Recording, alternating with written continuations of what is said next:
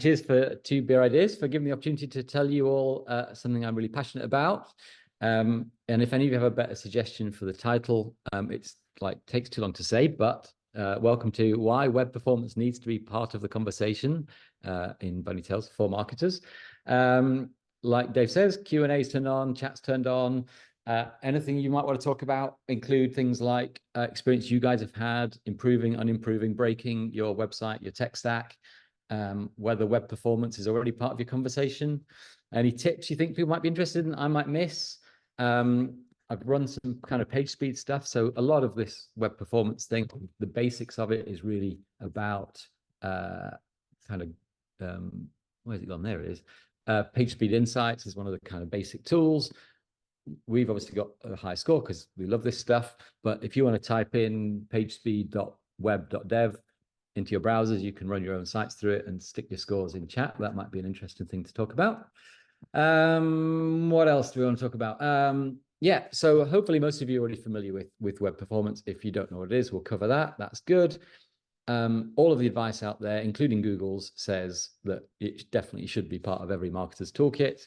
But most of the time we see that it isn't. And I wonder why that isn't. We've seen websites, really good ideas fail not because the website or the idea was bad, but because the implementation was bad. But hopefully the following slides, and everyone knows the theory. Everyone knows that we should be doing this stuff, or most people should do. People aren't. And hopefully these slides have some real world case studies that show you the real world business impact, marketing metrics, stuff that you can take to your bosses to make a difference. So yeah, so I'm Andy Nicol. I'm MD, founder at Sputnik. A bit of context as to why we came across these stats and why perhaps a marketing agency doesn't, or I guess agency is a broad spectrum of skills, and we're really at the UX and engineering side, and it's really the enterprise grade stuff. We are passionate about building uncompromisingly good code in regulated industries for big brands, Swinton, Go Compare, Axelos, the AA, etc., etc. So we just don't compromise on any of that kind of stuff, and that means that we have the luxury, I guess, of doing these great things, which have to be resilient, scalable, great engineering, best practice, and occasionally clients tell us the impact that has on marketing. So some of these slides are what we're going to share today. This whole thing about great code is the kind of short term we use internally for it, but there's two reasons for it. Firstly, we want great engineers. We have great clients. We need great engineers to keep them happy. And our kind of recruitment and retention strategy is about just this position of just doing best practice, constantly bringing our A game every day. And the other thing, from a selfish perspective, is it avoids awkward conversations. If we do a brilliant job, no one has to complain and tell us to fix stuff 6 months later when we've already cashed the check and moved on to the next project. So great code is a great position for us to be in. So what is web performance? It's kind of all about just the speed at which the website loads and displays in the browser. And people have talked about it for years. People talked about it when internet connections were slow, when we had modems. People had talked about it when mobile phones first came out and mobile networks were slow. It's the third part of customer experience. So we've got kind of UI, customer journey stuff. But then there's no point in having a beautiful design if it takes ages to load. And it's the fourth part of SEO, which we'll cover in more detail as one of our deep dive topics. But when people talk about SEO, I think they talk about content and keyword stuffing and all that kind of stuff. They talk about inbound links, page rank, that kind of thing. We talk about technical SEO, which is as technical as most SEO gets, which is about meta descriptions, alt text, etc. And then lost somewhere is this conversation about page speed. And it's listed in everyone's checklist, but very few people are doing it. So why is it? I guess these are the kind of things that very often appear in a web project spec, but there's a few areas that rarely come up. One is about values and culture. It's not a commodity. A 50 grand site with one person is not a 50 grand site with someone else. No one ever talks about code quality or infrastructure or where's it going to be hosted or that kind of stuff. And infrastructures there's CDNs, there's deployment pipelines, there's all kinds of other technical stuff. So I guess Some of it's taken for granted. Some of it might just be not on people's radar. They might not be aware of it. But really, code quality suffered, and there's been consequences for it. So there's inconsistent definitions of minimum viable product. Some people think that you can just build something really quickly, get it live, test it on the market, and then if it works, they keep building on the same not very good code base. And before you know it, you've got this Frankenstein's monster of a product. There was a time 20 years ago when clients used to come to us and say, I've got a budget to build a website, and we'd go, this is how we would deploy that most effectively, and spend the budget on building a great website. And then about, I don't know, 20 years ago, the kind of search engine industry came along, and it became a priority, and clients started going to SEO agencies and saying, I've got 50 grand to spend. And they would say, well, you want to spend 2 grand on a website and 48 grand on SEO, 2 grand a month or 4 grand a month or whatever it is. So that meant that for 2 grand, you get a WordPress theme. We'll swap the logo, change some images, some shoddy code. So there's lots of reasons, but we've just seen this steady decline. And from day one, we were all about writing great code. We're all software engineers, and we studied it. We read the books on it. We learned how to do it well, and we've stuck to our guns. And there are still a few of us left, but the world has got a lot more complicated. But what if someone would say to you that at the start of your project, there was something you could do or a conversation you could have that would improve your search rankings immediately and forever, make your PPC more effective, get people to click buy now more often. When they do buy now, they put more in their basket. Your website goes down fewer times, your server hosting costs less, you have a lower carbon footprint, and you're more compliant with accessibility. And as a result, people spend more money, because there is this kind of disabled pound concept of people who can't access your website because it doesn't meet accessibility standards, means they can't spend money with you. So SEO, a couple of really important case studies, and I think these are the ones to take home. If you remember a few things from this presentation, I think this is an important one, and the next one is probably the best slides. You can all turn off and go home after that. But this is a PLC that we work with. We worked across the group, and one day we got a phone call that said, please, can you come into the boardroom? We've got something we'd really like to talk to you about. And we had no idea what it was, but we rocked up to their headquarters and walked into the boardroom, 20 people around the boardroom table with all different disciplines across the business. And they revealed that they had a crisis, and they had held the top spot for the search term car insurance organically for a very long time. And then over the last, I don't know, year or so, there was a steady decline to the point that they fell as low as number 8 in Google for car insurance. Car insurance is a really high volume, high value keyword, costs whatever it is, 50, 60 quid a click. And this was a big chunk of their business, and they were about to fall off the first page of Google. So the question was to everyone around the table, how can we fix this? And ideas came back, such as, have our competitors been doing something really clever? Have we missed a trick? Are they pulling away from us? Have we ended up in a kind of bad link neighborhood and we're being penalized by Google? And everyone said they'll take this away and have a look at it. And our specialty obviously is good code. So we had a look at it and went, the code looks a bit dodgy. And we obviously weren't involved in the project a long time ago, but this isn't how we would build this. And they asked us what we would do, and we told them, and we quoted for it, and they told us to go away and do it. And we relaunched the site. And in that time, there was no new inbound links, no new content added to the site. We just rebuilt a bunch of it, redeployed it, stuck it on some fresh infrastructure, made it all faster. And they started climbing back up. And within a few months, they were back at number 1 for car insurance. So it's not very often that we get to do things in lab conditions where other people aren't doing stuff and new content isn't being added. But this was a big site with a big keyword where there was a before, a during, and an after. And we take it pretty much as factual. So in case it was a one-off, this might convince you it wasn't. This is another website we worked on. It was a motorbike insurance website for a different client.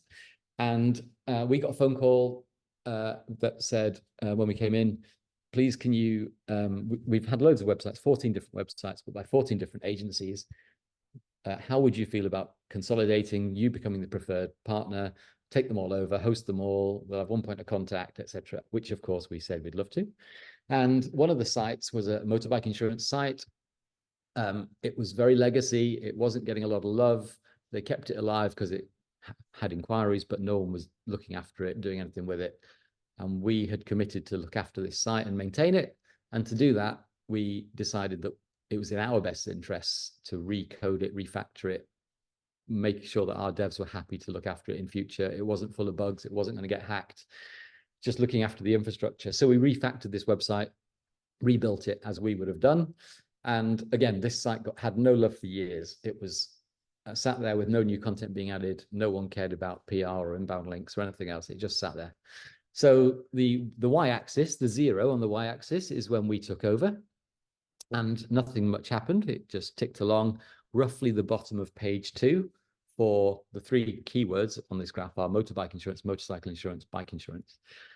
Sat around between 15 and 20-ish, bottom of page 2 for Google. And a few months after, 6 weeks after we went live, for some reason, Google came along, crawled, and their search rankings popped up to roughly between 10 and 15.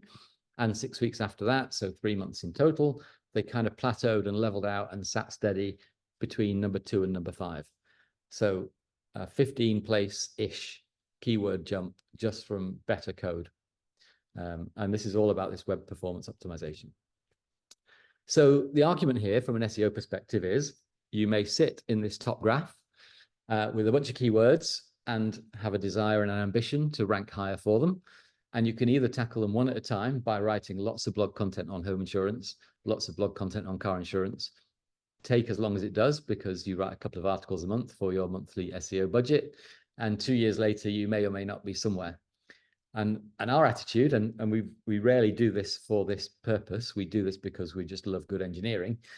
But if you look after your infrastructure and your just follow software best practice, make sure that's part of the brief.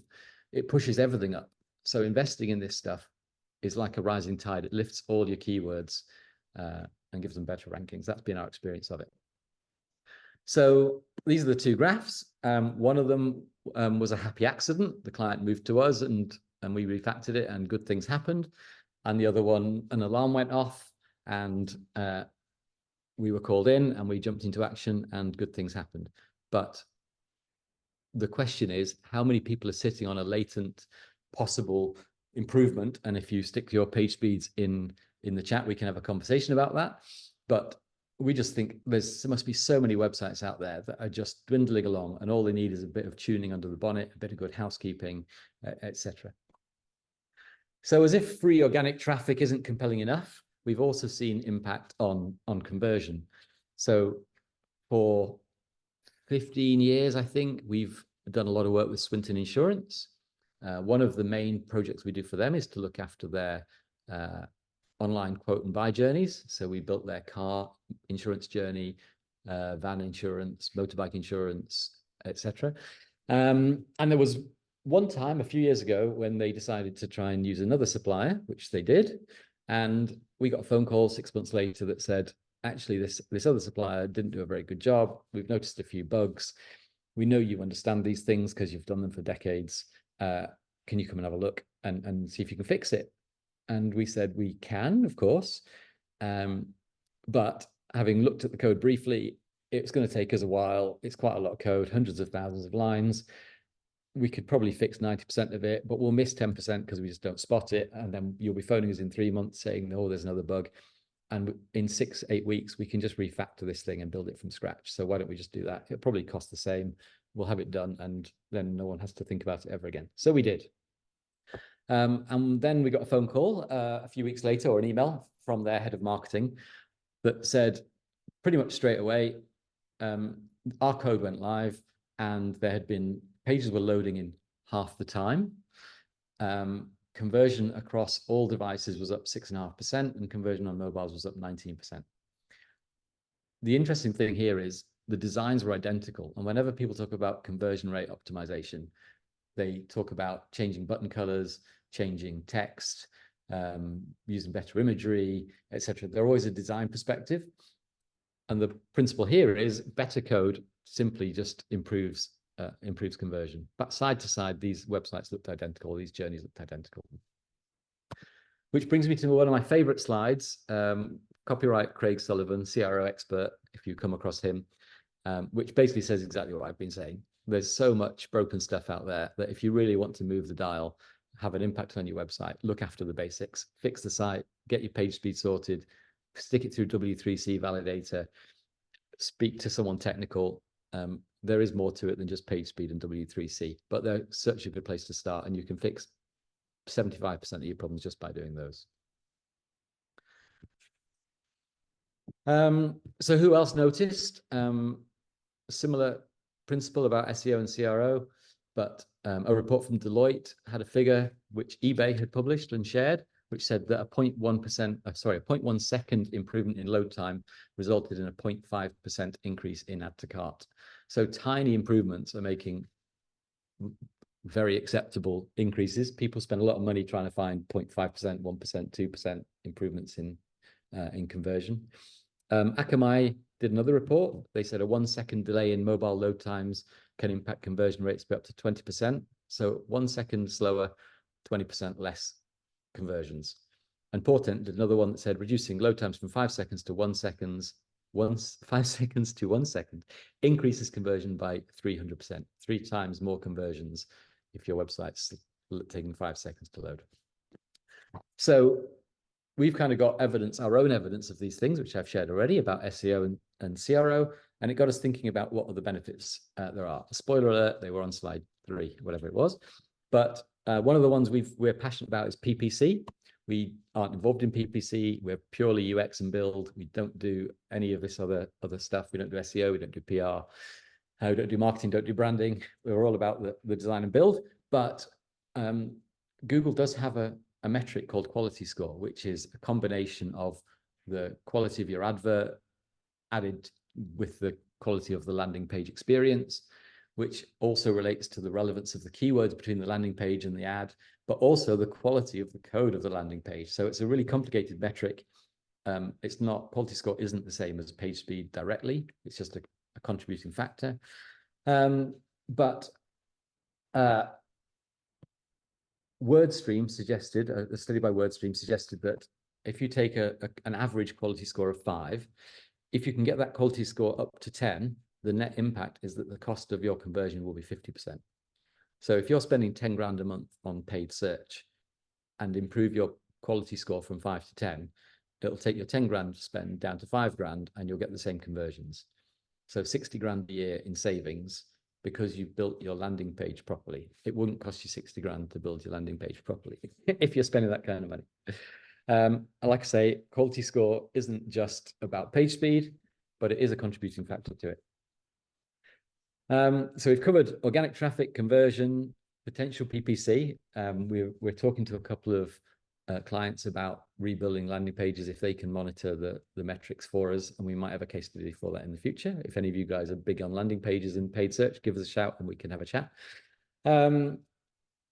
But another one that we have no evidence of yet, but having done the research, to follow our hypothesis, is about increasing order value. So Rakuten 24 improved their core web vitals, which is basically page load times, and saw an increase in revenue per customer of over 50%. 15% of the revenue per customer, per visitor, was an increase in average order value. So people spend 100 quid, now they're spending 115 quid because the page loads faster. And a Render Better study improved one of their page load metrics by under a second and saw an uplift of 28% per session of revenue, 28% increase in spend per session. And back to the Deloitte report, there was a stat in there, an improvement of page load speed of 0.1 seconds saw the average order value increase by 9%. So all very credible third-party stats. Again, we'd love to have our own stats, but we aren't there yet. So compelling numbers so far. The question then is, how regularly is it okay for your website to go down? Hopefully most of you would start with never. if they do go down, it's not because of the work done in Photoshop and UX and UI and thinking and the tender. It's to do with your technical infrastructure. So what questions are you asking at planning stage to avoid it? One of the reasons it's not part of the question is because web development has always been pretty technical, and now it's very technical. It takes a team of, I don't know, at least half a dozen people to put a website together these days. I've stopped coding because it all got far too much for me. But there's front-end devs, back-end devs, DevOps guys. There's just lots of experts involved if you're not just hacking it together in Wix.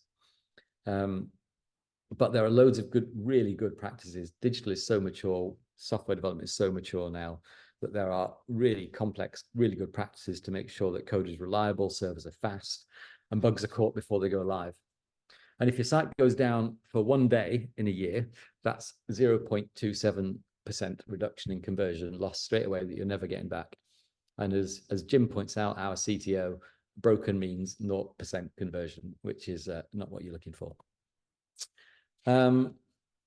Good technical advice can also keep your server costs under control. In fact, large organizations who spend lots of money on this kind of stuff, your Marks and Spencers and your ASOSs, have job roles called FinOps, who basically just look at server costs and talk to people about how they can optimize it, what they're doing wrong with the website, are they taking too many backups? They've got so many assets that it costs millions of pounds just to host it. So cloud hosting, the AWS Azure type stuff, all operates on a pay what you use basis. And it's good practice to minimize things like images and compress files, but hard drive space is pretty cheap. That's not the thing you really need to start saving money on. The same activities, minimizing images, compressing files, also means you have to transfer less data across the phone line, which is a bit more expensive and is an opportunity to save money. But the really expensive stuff is processor time. Like, how complicated is it? How fast, how hot is the computer running? And again, if you've coded it well and optimized stuff from a technical perspective, it's going to save money on that. And we've got one client where we've looked after all their infrastructure stuff, planned it well, that 99% of their traffic doesn't hit their infrastructure at all. It's all dealt with static site generators and CDNs and other things. So it's just super fast loading, doesn't have to go and interrogate databases, even though it's content managed based, CMS based. So there's some really good infrastructure stuff you can do.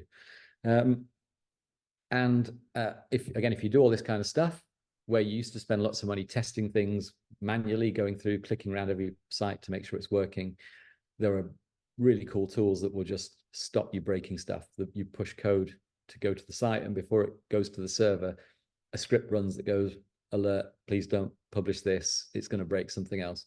So good practice means you're much less likely to hit problems, unless you're using GoDaddy for £9 a month, and it's not going to get cheaper than that.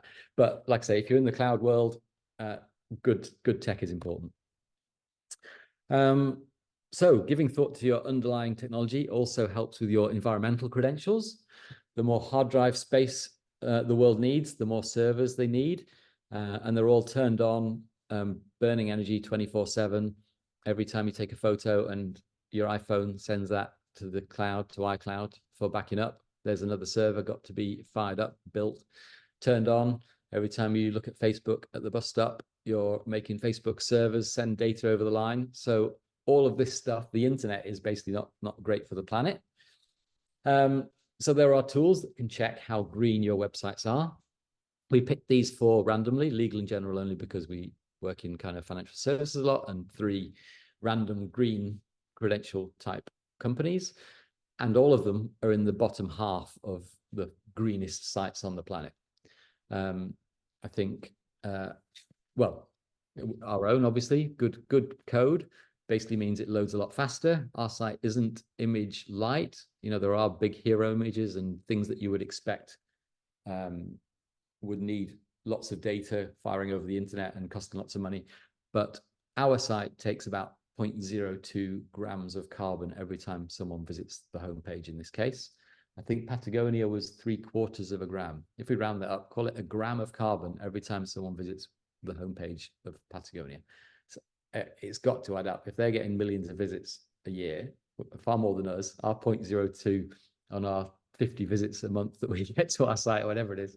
But yeah, it can certainly add up. So there's a carbon footprint and thing. And if you're a big client and you have annual reports that talk about sustainability, then maybe this is one of those things to look at. We mentioned back on slide 3 or whatever it was about accessibility. It's a legal obligation. You are not allowed to make anything available at all, let alone like in shops, anywhere online, unless it's also available to people, to everybody, basically, regardless of their abilities. But statistically, there's about 16% of the global population experience a disability, 1.3 billion of them around the world. 86% of those, so about 1 billion people, or if we just take the 86%, they said they would spend more if there were fewer barriers to using websites.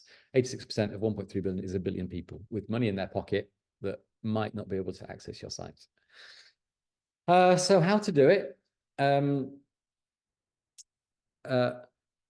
That's a good question. The first thing to do, I guess, is to make sure it's part of the conversation. Just ask the questions, make friends with your internal developers, ask questions of your external developers.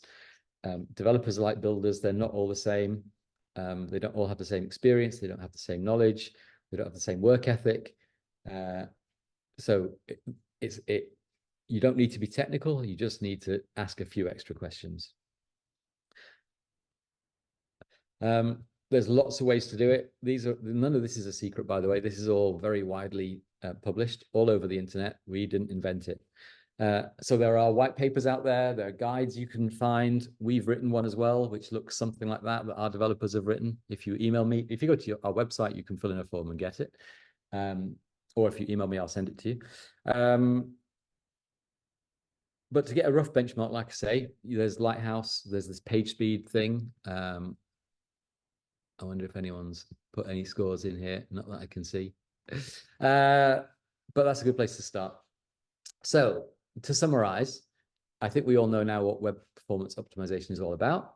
Does it matter? Hopefully it does. It's not that Google says you should. It's that our stats say that there's a business case for it. When should you do it? Ideally at the start of a project. But it's possible to retrofit and optimize a site. It depends on the state it's in. How do you do it? It's a technical implementation. It's not normally the CMS. It's not the content. It's not the design. It's mostly the front end templates. So homepage, blog page, etc. Build one of these templates, like the blog template, optimize it, and it'll affect all the blog pages because you've just refactored that one page. That's the quickest. Most of the wins are in there. But there's some server stuff, there's some other stuff, some strategic technical infrastructure stuff that you can do as well. I think it's not being done because it's IT and it's not marketing, and they still operate in silos. And like I say, marketers don't need to get technical. You don't need to become a developer. Just make friends with your developers and tell them that you care about this stuff, and you'll probably see their faces light up. Decision makers might not be convinced that it's worth the effort because there's no business case, but I think hopefully we've proven some of that. And working with engineering teams is frustrating. If that's the case, then get a new engineering team. And should you do it, my favorite quote from dentists is, "You only need to keep the teeth you want, brush the teeth you want to keep." So yeah, only look after the websites that you want to perform. That, you'll be pleased to know, is the end of my presentation. Any questions?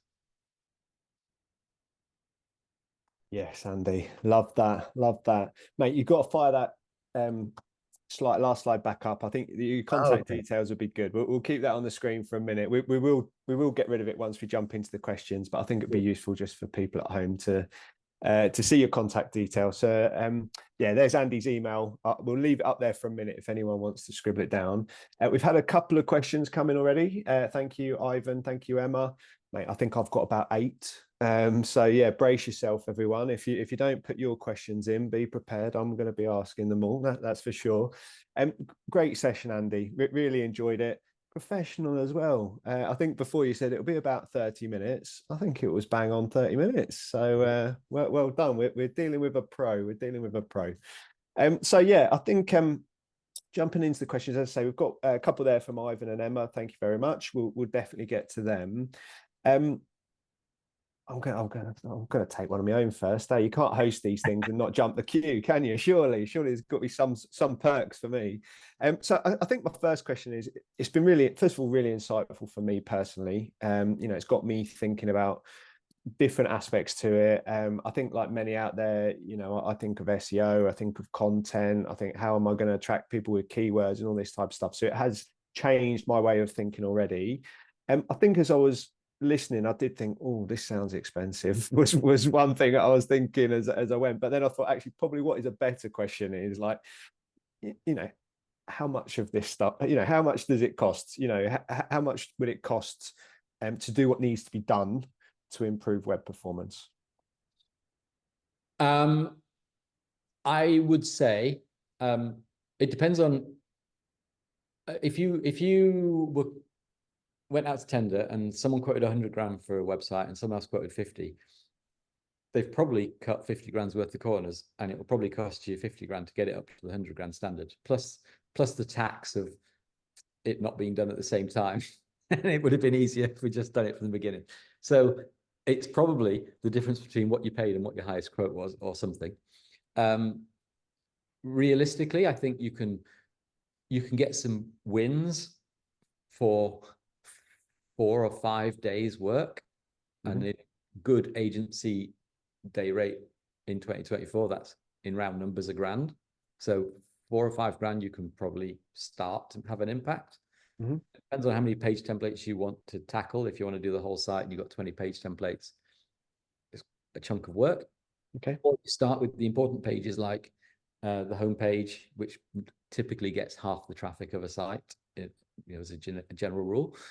Or a product page, which is going to, if you're an e-commerce company with 5,000 SKUs, do the product page, and suddenly men's suits and women's dresses and gold cufflinks are going to all rank higher because it's the product page, and those pages are going to appear better to Google.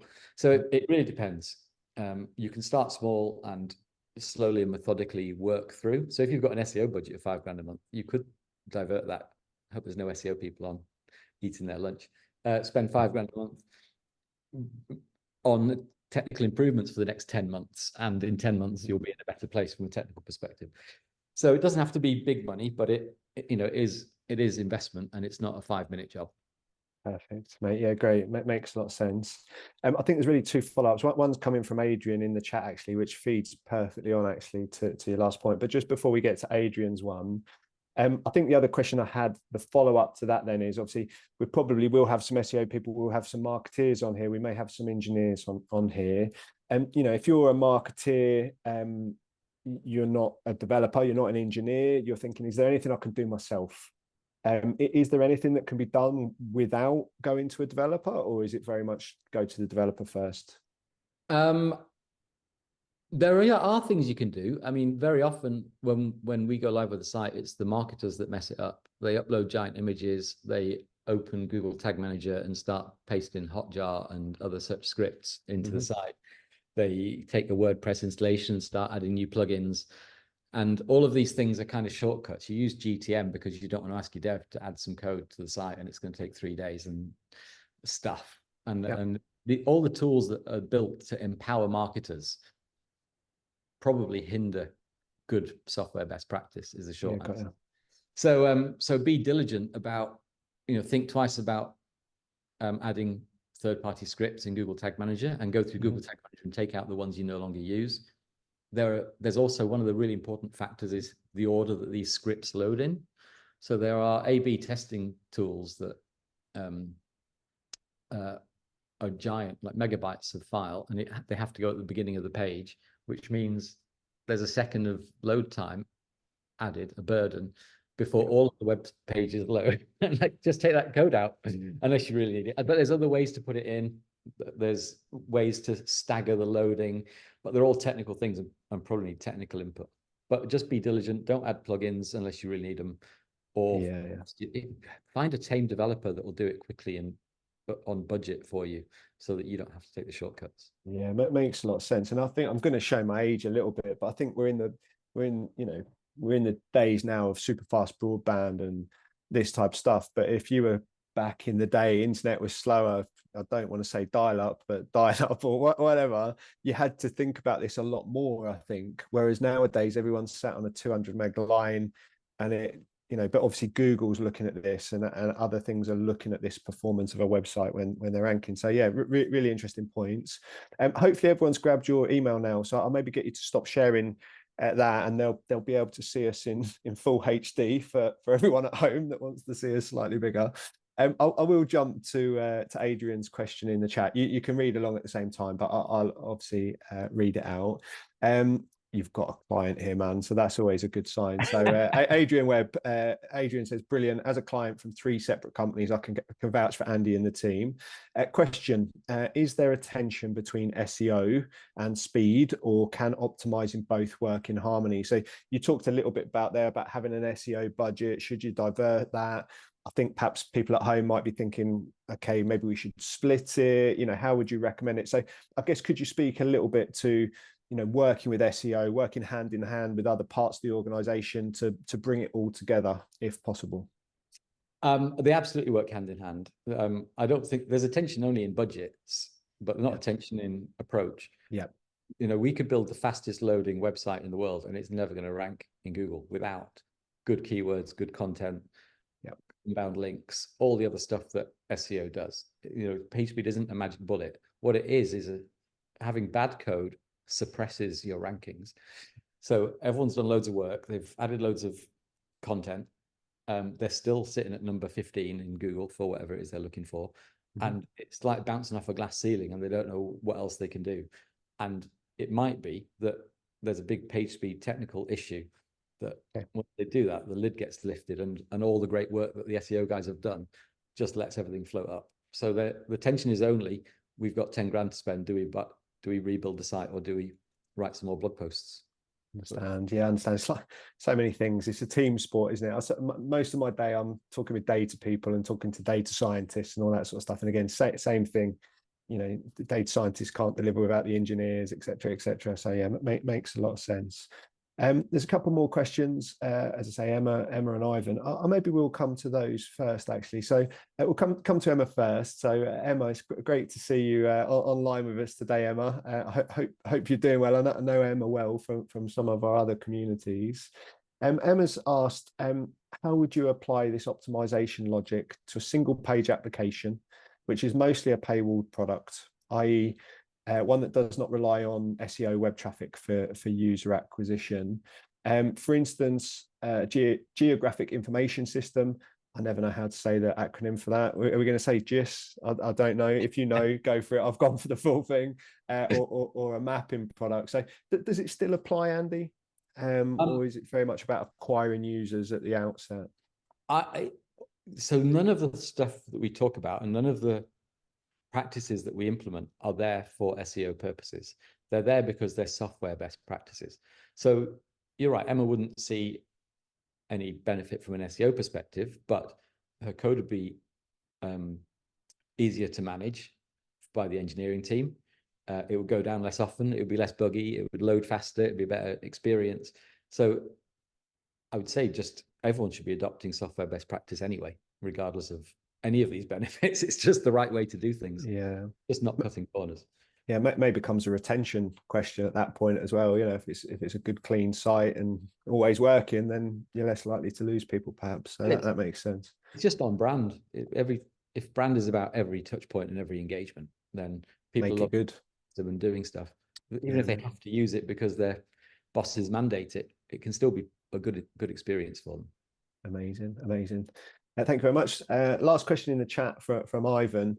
I did like this and I saw it coming, actually. So Ivan's question: in the project to fix the car insurers ranking, do you think you're in competition for the job? Why did they pick you over others?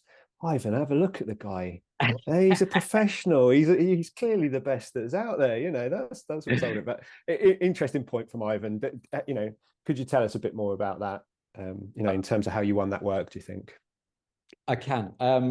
I don't know. I don't think there was anyone else in the running. I think we had worked across the group on some other stuff. And when the call went out internally to say, they all knew what the topic was before we turned up. They said, get the guys from Sputnik in because they've done some great work across these 2 other areas of the business. And they know their stuff. And if it's a technical problem, these are the guys to get in the room. So we were wheeled in for that one, fortunately. That's the dream, isn't it? Repeat business. You've done a good job. They've come back. Love to hear that. I've got a few more questions from my side. Obviously, the Q&A remains open. So if it sparks any other thoughts, by all means, jump in. I think one question I had was around best practice with things like this. So, you build a shiny new website, it's out there, and as you say, people then start using it, adding content, doing different stuff. It's out in the wild at that point. What's best practice around auditing? Should it be regularly? How often should be people looking into this? Could you tell us a bit more about how you keep on top of it, please? Yes. It definitely, the scores can change, the page speed scores can change, and page speed is a good indicator of, I don't know if it's lagging or not, but it's definitely something to keep an eye on. We've just changed, we've got 99. I think I showed that as one of the early slides. We've got a page speed of 99 because there's a new stat coming up called interaction to first paint, I think is the new page speed metric they haven't implemented yet. So we took a hit. We were 100. We implemented this thing, which Google is going to implement next month or whatever. And we thought we'll just get it done. And then when Google changes its algorithm, we'll be back at 100. We'll jump the gun a bit. But lots of things happen. Google does change the way that it scores the page speed tool, the Lighthouse scores. People do mess things up. They add Hotjar scripts or upload a big image or do stuff. So it's not fire and forget. You don't build it and then forget about it. It drifts. It might drift 10 points over a year unless you do something drastically bad.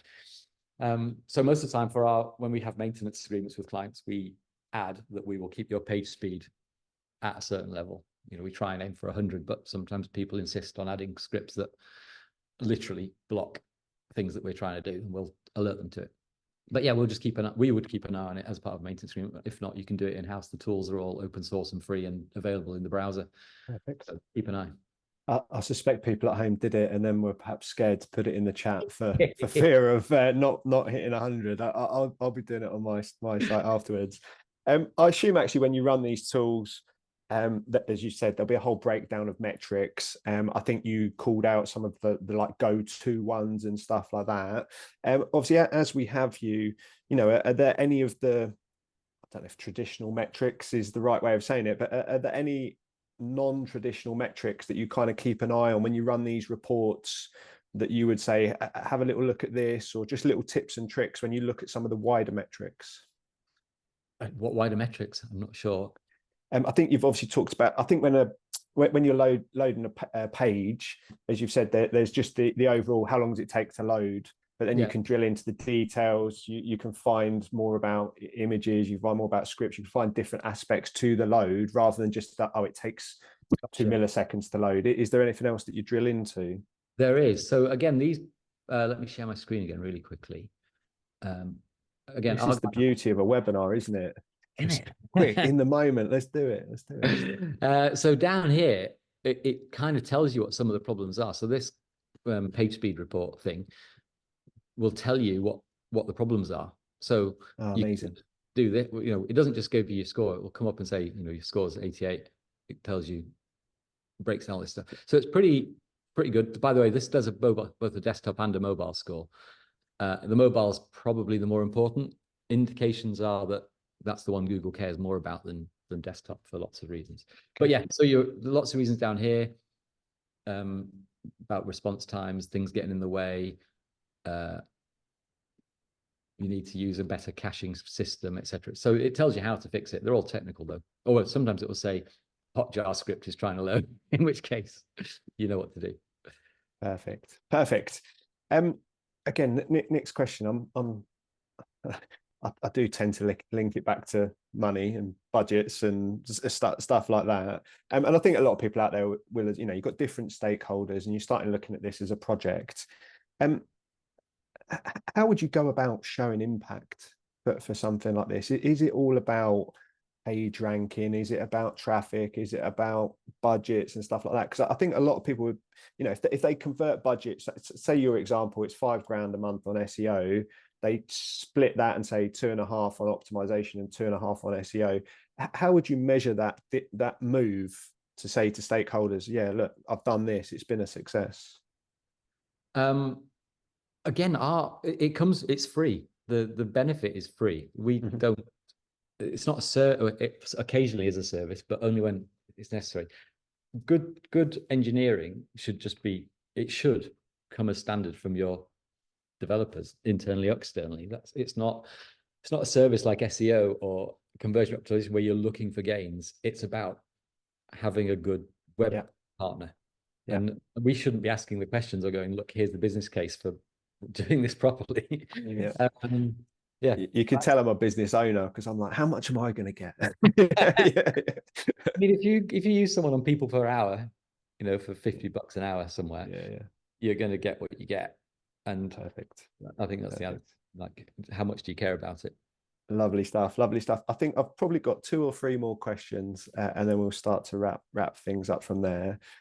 You talked about the resource on your website and being able to go and download that. I thought that looked great. And is there any other starting points that you would suggest if people wanted to read into this? You know, be YouTube, be blogs, Medium articles, books, anything like that. Is there anything that you would recommend people look into? I mean, it's everywhere. We didn't invent this thing. Web performance is a phrase. I didn't make it up. So just Google it, and there's loads of stuff. It depends how. I mean, it's technical. It quickly gets technical. Yeah. So devs need to know about it, and marketers, assuming that's who our audience today is, just need to know to awareness. Real awareness, exactly. And if you know a bunch of things, like ask someone what's the time to first paint for something, and they go, what's that? Then you've probably, without even having to know what it is yourself, knowing that is good enough. Perfect. Final one from me then, as I say, and then we'll draw things to a close. Obviously this space is changing all the time. I'm sure you've talked about it over the last 20 years, and you know there's lots of changes out there happening all the time.